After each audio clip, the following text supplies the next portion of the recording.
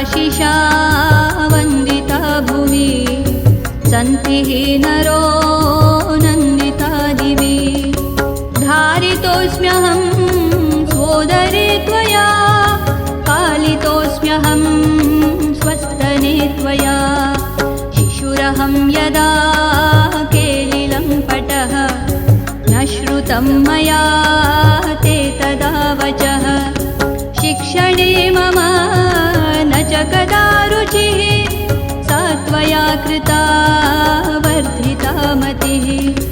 बालवर्तनं कष्टदायकं मन्यसे तु तद्हर्षकारणं रोगपीडितो यत्कदाप्यहं सेवसे तदा मामहर्निशं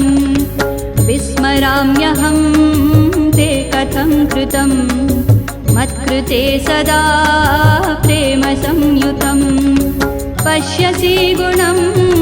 सर्वदा मम अवगुणं तु मे नेक्ष्यसे कथम् इयमुदारता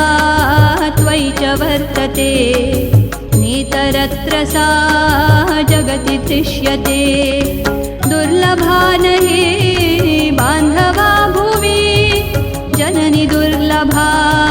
त्वत्समा अयि मातृदेवो यद्भव श्रुतं मया भावयाम्यहं तच्च सर्वदा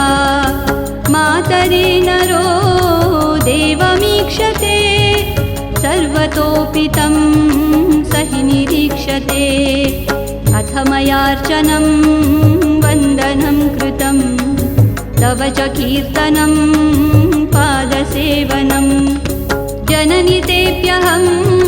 सर्वदारिणी भक्तिरस्तु मे निश्चला त्वयि अम्ब त्वामहं प्रार्थये सदा आशिषश्च त्वं देहि मे मुदा अम्ब त्वामहं प्रार्थये सदा आशिषश्च त्वं देहि मे मुदा आशिषश्च त्वं